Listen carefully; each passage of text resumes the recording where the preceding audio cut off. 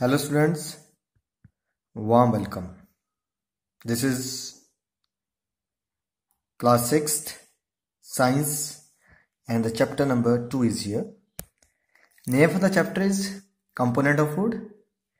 In the first chapter we had gone through the various concepts such as why food is necessary, herbivores, carnivores, omnivores, plant sources, plant parts that can be used as food, and some other concept like honeybee, etc.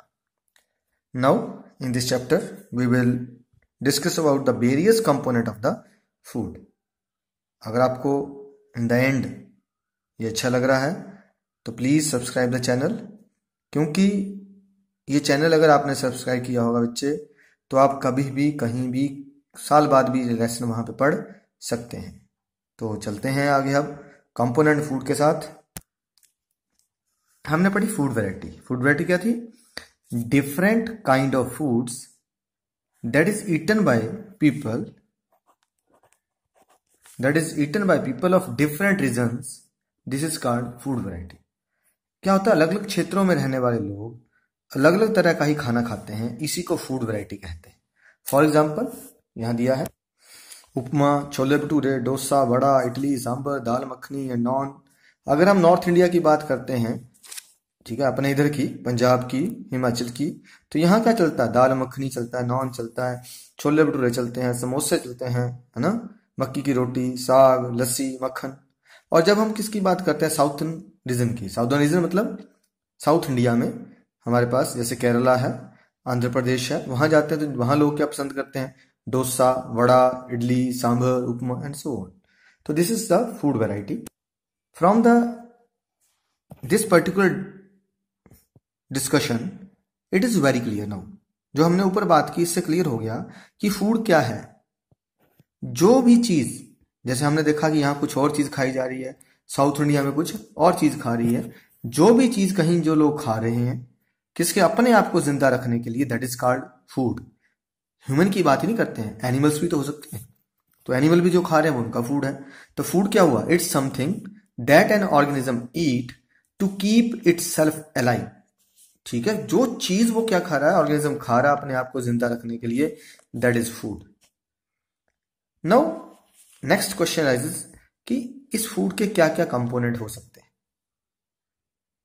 ऐसा क्यों है कि अगर हम चाहें हम रोज दूध ही पीते रहे तो क्या हम ठीक रहेंगे? हम रोज ही चावल दाल खाते रहे तो क्या हम ठीक रहेंगे? हमें कोई बीमारी तो नहीं हो जाएगी? तो इसके अंदर क्या ऐसी चीज है कि हमें अलग अलग तरह का खाना खाना पड़ता है? हमारे खाने के अंदर जो फूड आइटम्स होती हैं वो अलग अलग क्यों होती हैं?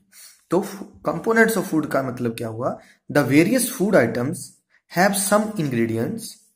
The ingredients provide necessary material to the body that is good for well-being. तो क्या बताया कि जो फूड आइटम है हमारे पास उसमें कुछ इंग्रेडिएंट्स होते हैं. ये जो इंग्रेडिएंट्स हैं ये हमारी बॉडी को नेसेसरी मटेरियल प्रोवाइड करते हैं ताकि हम ठीक रहें. तो यही नेसेसरी मटेरियल जो हैं उन्हीं को क्या कहते हैं हम? That are known as component of food. अब इन कंपोनेंट ऑफ फूड के बाद एक टर्म आया हमारे पास, व्हाट आर द न्यूट्रिएंट्स. ठीक है जी, जो भी बात की उसके अंदर कुछ होता है और उसको हमने कंपोनेंट बोल दिया. अब उस कंपोनेंट का पर्टिकुलर नाम क्या दिया गया है? That is nutrient. क्या है?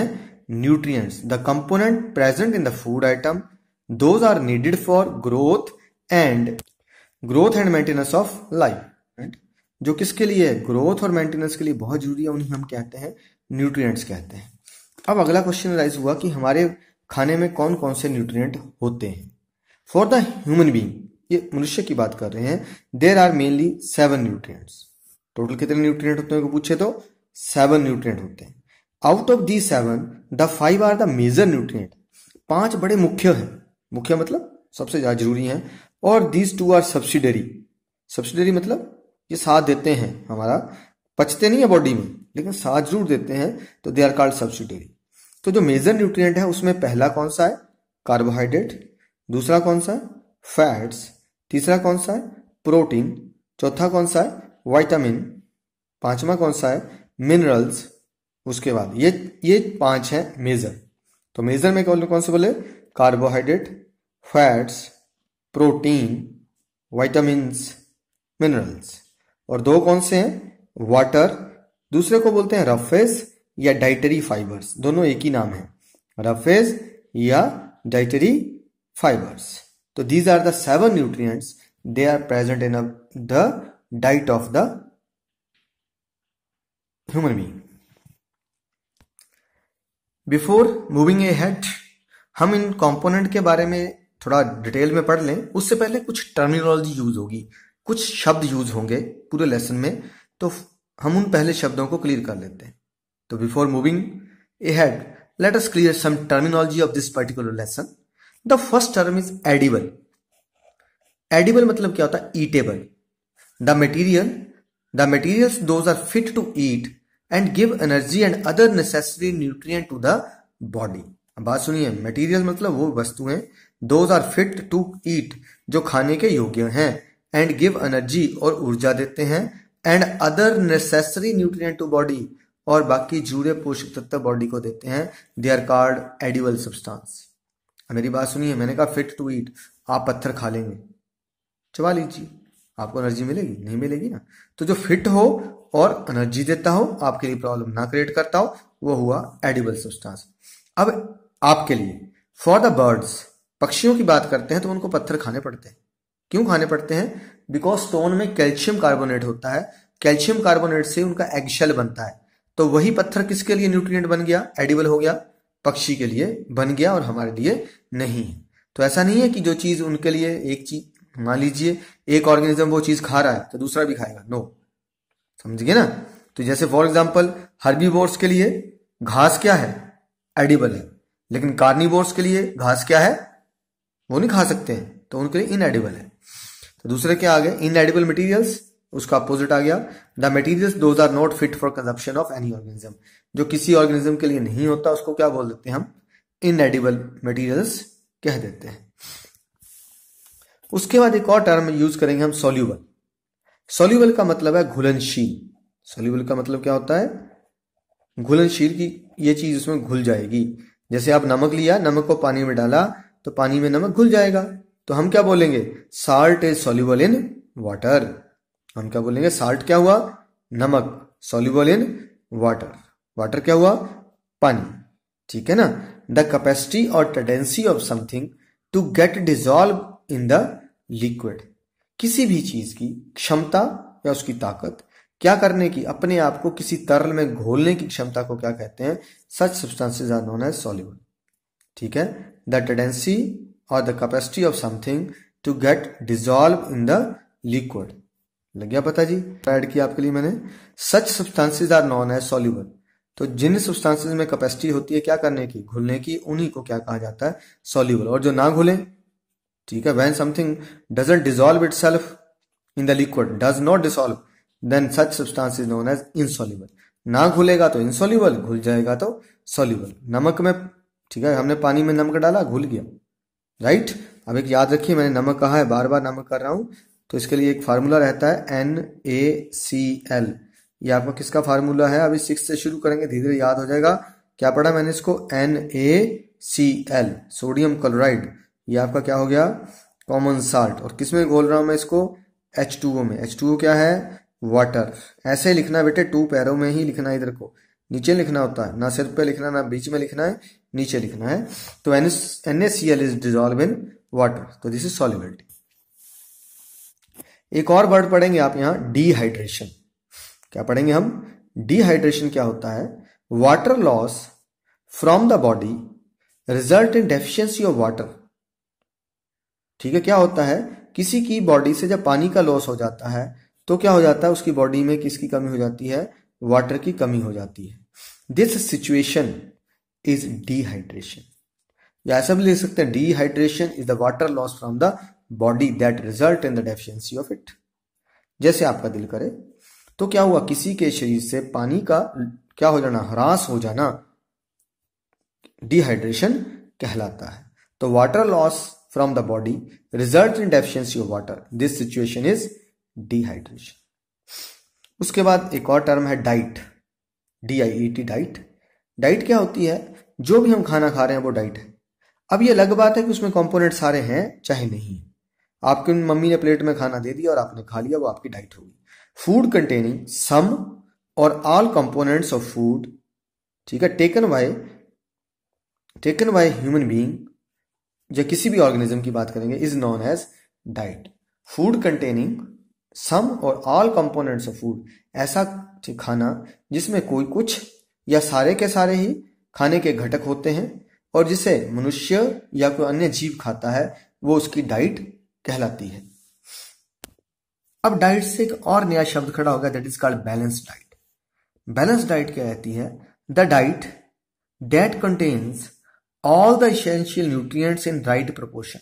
अभी हमने न्यूट्रिएंट पढ़े ना, 7 न्यूट्रिएंट होते हैं। कौन कौन सा? Carbohydrate, protein, fat, vitamin, minerals, water, roughage. तो वो सातों में न्यूट्रिएंट अगर हमारे किसमें राइट प्रोपोर्शन में होते हैं तो that is called balance diet. ठीक है, ऐसा खाना जिसमें सभी पोषक तत्व सही मात्रा में होते हैं उन्हें बैलेंस डाइट कहते हैं, उसको हम संतुलित आहार कहते हैं। अब ऐसा नहीं है अगर मैं बोलूं कि नहीं यार मुझे कार्बोहाइड्रेट चाहिए 90%, फैट चाहिए 20%, ऐसा नहीं है। एक्चुअली बैलेंस डाइट, जो बैलेंस डाइट है, it depend on gender. Gender मतलब लड़के लड़कियों को अलग अलग मात्रा में चाहिए होती है। इट डिपेंड ऑन एज, जो बच्चे ग्रोथ एज में, जैसे आप बच्चे बड़ी जल्दी ग्रोथ एज में, आप जल्दी जल्दी बढ़ रहे हैं, तो आपको कैल्शियम चाहिए हड्डियों के लिए, आपको फॉस्फोरस चाहिए हड्डियों के लिए, आपको प्रोटीन चाहिए ग्रोथ के लिए, आपको आपकी आई साइट ज्यादा चाहिए क्योंकि आपने पढ़ना है, तो आपको विटामिन ए की जरूरत है। तो इसलिए आपको सब खाना है। किसी चीज के लिए नखरे नहीं दिखाने घर वालों को कि नहीं नहीं मैं दूध नहीं पीना है, मैंने साग नहीं खाना है, मैंने दाल नहीं खानी है। तो आपकी एज के बच्चे को सब कुछ खाना पड़ेगा, तो उसको क्या मिलेगी? Balance diet. हेल्थ, एक आदमी बीमार है उसको हम घी नहीं खिलाएंगे, उसको फैट नहीं खिलाते। आप भी देखते हैं आपके घर में अगर कोई बीमार हो जाए, डॉक्टर क्या बोलता है? इसको क्या देना है? ठीक है, मसूर की दाल देनी है और चपाती देनी है या खिचड़ी देनी है, रस देना है। तो उसको क्या किया जाता है? उसकी बैलेंस डाइट चेंज हो जाती है थोड़े टाइम के लिए। ऑक्यूपेशन, क्या काम कर रहे हैं? एक आदमी सारा दिन कुर्सी पे बैठा रहता है, एक्चुअली उसको कम डाइट चाहिए। और एक आदमी है मिस्त्री है या मजदूर है, दिन भर क्या चलता है? काम करता है खेतों में, तो उसकी डाइट कुछ और होगी। तो balance diet depend on gender, age, health and occupation. The next term हमारे पास आया ओबेसिटी। ओबेसिटी क्या चीज है? ओबेसिटी है मोटापा। ओबेसिटी क्या होती है? ओबेसिटी होती है मोटापा। The gain of weight while consuming excessive fats in the diet is known as obesity. मान लीजिए किसी आदमी ने फालतू ही खाता रहा, फैट क्या, चीनी भी आप ज्यादा खा लोगे, कार्बोहाइड्रेट भी आप ज्यादा खा लोगे, तो आपकी बॉडी क्या हो जाती है? और काम नहीं करता कुछ भी। देखिए इसमें एक दो चीजें बड़ी क्लियर होनी चाहिए। जुड़ी नहीं है कि आपने क्या किया कि ज्यादा खाया है। मान लीजिए मैं ज्यादा भी खा रहा हूं और मैं खेतों में कमा भी रहा हूं, समझ रहे ना, तो कुछ नहीं होगा। लेकिन आपने ज्यादा खाया और काम कुछ नहीं किया है तो आपका शरीर फूल जाएगा। उस फूले हुए शरीर को क्या कहते हैं? ओबेसिटी कहते हैं। तो obesity the gain of weight by consuming excessive fats. Carbohydrate भी मैं बता रहा हूं, चीनी भी ज्यादा खाएंगे तो ये स्थिति कहती है। तो carbohydrates and fats in the diet is known as obesity. तो आदमी में क्या हो जाती है? मोटापा आ जाता है। आप ये देख सकते हैं कैसे लड़का मोटा हो चुका है, ये ओबेसिटी ही है। तो क्या हुआ? ज्यादा खाने से तो मोटापा आ गया, मैंने कहा कम भी नहीं खाना है। तो कम खाने को बोलते हैं डेफिशिएंसी। डेफिशिएंसी का मतलब क्या होता है? कमी, या और वैज्ञानिक भाषा में कहेंगे तो अभाव। The absence of nutrient in the food is known as deficiency. मान लीजिए आप खाना खा रहे हैं उसमें प्रोटीन है ही नहीं, तो आपकी बॉडी में क्या हो जाएगी? प्रोटीन की deficiency. The absence of nutrient in the food is known as deficiency. फिर आपकी बॉडी में अगर कोई न्यूट्रिएंट आप लंबे समय तक नहीं खा रहे, जैसे मैंने कहा विटामिन ए बड़ा जरूरी है। विटामिन ए किसके लिए होता है? हमारी आई साइट के लिए, आंखों की रोशनी के लिए। और किससे मिलता है? येलो चीजों से। ध्यान रखिए किससे मिलता है? येलो। येलो समझना, बेसन नहीं। येलो का मतलब है जैसे चने की दाल, पपीता पीला पीला, राइट, गाजर अंदर से जो होती है, जो नेचर में हो, और येलो आम, मैंगो जनी। तो ऐसी चीजें अगर आप खाते रहेंगे, गाय का दूध, तो समझ लीजिए आपकी आई साइट कभी कमजोर नहीं होगी। जितना मर्जी पढ़ लो आप, चश्मा नहीं लगेगा आपको। तो लेकिन अगर आपने ये विटामिन ए खाया ही नहीं तो आपको क्या हो जाएगा? डेफिशिएंसी डिसऑर्डर हो जाएगा, डेफिशिएंसी डिजीज हो जाएगी आपको। द डिजीज और disorder that occurs due to the lack of nutrients over a long period is called deficiency disease. समझिए, लंबे समय तक आपने वो वाला न्यूट्रिएंट नहीं खाया है तो आपकी बॉडी में क्या हो जाएगी, कोई ना कोई उससे रिलेटेड बीमारी हो जाएगी। तो उस डिजीज को क्या कहते हैं, that is known as deficiency disease. एक बात सुनिए मेरे बच्चे, जब आप पढ़ रहे हैं इस वीडियो के साथ साथ बोल के देखिए, द डिजीज और डिसऑर्डर्स। ध्यान रखना, जब मैं बोल रहा हूं तो आप भी बोलिए, आपको बोलना भी आ जाएगा। जिनको बोलने में प्रॉब्लम है और जिनको पढ़ने में प्रॉब्लम है वो भी साथ साथ पढ़ लेंगे। वीडियो का बहुत फायदा है। और disorder that occur due to lack of nutrients over a long period is called deficiency disease. तो इस तरह से आप साथ साथ चलेंगे तो बेटे आप चाहे एक तो वीडियो आपके पास रहेगी, चाहे आप इसको 10 बार देखो 100 बार देखो।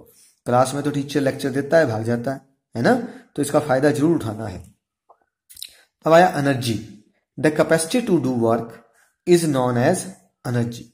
कार्य करने की जो आपकी ताकत है ना, क्षमता जो होती है, दैट इज कॉल्ड एनर्जी। उसी को हम क्या बोलते हैं, ऊर्जा बोलते हैं। एनर्जी को हिंदी में क्या बोला, ऊर्जा। कैपेसिटी क्या हुई, क्षमता, ठीक है। टू वर्क, वर्क क्या हुआ, कार्य। नॉन क्या होता है, जाना जाता है। कार्य करने की क्षमता को ही ऊर्जा कहा जाता है। और उसके बाद आया स्प्राउटिंग। स्प्राउटिंग क्या होता है, अंकुरण। अगर आपने थोड़ा सा अपने आसपास देखा होगा, घर में कई बार हम पूजा करने के जाते हैं शादी के बाद, तो चनों को ले जाते हैं लुंगाते हैं ना, तो वो लुंगाना ही क्या है, स्प्राउटिंग है। उसमें से ये जो निकलती है ये रूट होती है, उसकी छोटी जड़ शुरू हो जाती है। तो कैसे करते हैं, पहले इसकी इंग्लिश डेफिनेशन पढ़ते हैं। The process of emerging white young roots from the wet seeds is known as sprouting. दोबारा बोलो, the process of emerging white young roots from the wet seeds is known as sprouting. क्या है कि गिले बीजों से हम उसको क्या करते हैं, बीजों को भिगो देते हैं ना रात को, फिर क्या करते हैं, किसी कपड़े में लपेट के रख देते हैं, फिर दूसरे दिन उसमें से जड़ें सी निकल आती हैं। तो वही है the process of emerging. Emerging होता है निकलना, व्हाइट यंग रूट, ठीक है, सफेद नई जड़ों का, फ्रॉम द वेट सीड, गिले बीजों से, इज नॉन एज स्प्राउटिंग। और एक और शब्द याद रखिए, नेक्टर। नेक्टर और हनी में फर्क रहता है। नेक्टर क्या है, the juice present in the flowers. फूलों में जो जूस होता है उसको हम क्या कहते हैं, दैट इज कॉल्ड नेक्टर। जो फूलों में जूस होता है उसको क्या बोलते हैं, नेक्टर। और जो इसको मधुमक्खियां जाके कहाँ बना लेती हैं, अपने छत्ते में प्रोसेस कर लेती हैं, then it is known as honey. तो इसको शहद कहा जाता है। नेक्टर की हिंदी क्या रहती है, दिस इज कॉल्ड मकरंद। ध्यान रखिएगा। और क्या बोला मैंने, हनी क्या हुआ, जब उसको मधुमक्खियों ने कहाँ कर लिया, प्रोसेस कर लिया, कहाँ जाके। तो शहद की डेफिनेशन क्या बनेगी, तो nectar is processed by the honey bees into honey in their honeycomb. Process होता है, उसको क्या करना है, बदलना है। हनी बीज मधुमक्खियां, हनी शहद, हनीकॉम्ब मधुमक्खियों का छत्ता। तो नेक्टर को जब मधुमक्खियां अपने छत्ते में ले जाती हैं तो वहां जाके उसे, ठीक है, किसमें प्रोसेस कर देती हैं, शहद में प्रोसेस कर देती हैं। अभी बस इतना सा ही इस वीडियो में। आप इन वर्ड्स के साथ थोड़ा खेलिए और उसके बाद आप सिर्फ क्वेश्चन नंबर 1 का आंसर लिख सकते हैं। एक्सरसाइज के क्वेश्चन नंबर 1 का आंसर क्लियर हो गया। Name the major nutrient in our food. Video को फिर देखेंगे तो आपको इस क्वेश्चन का आंसर मिल जाएगा। इस क्वेश्चन का आंसर लिखिए, एंजॉय कीजिए और थैंक यू, बाय बाय।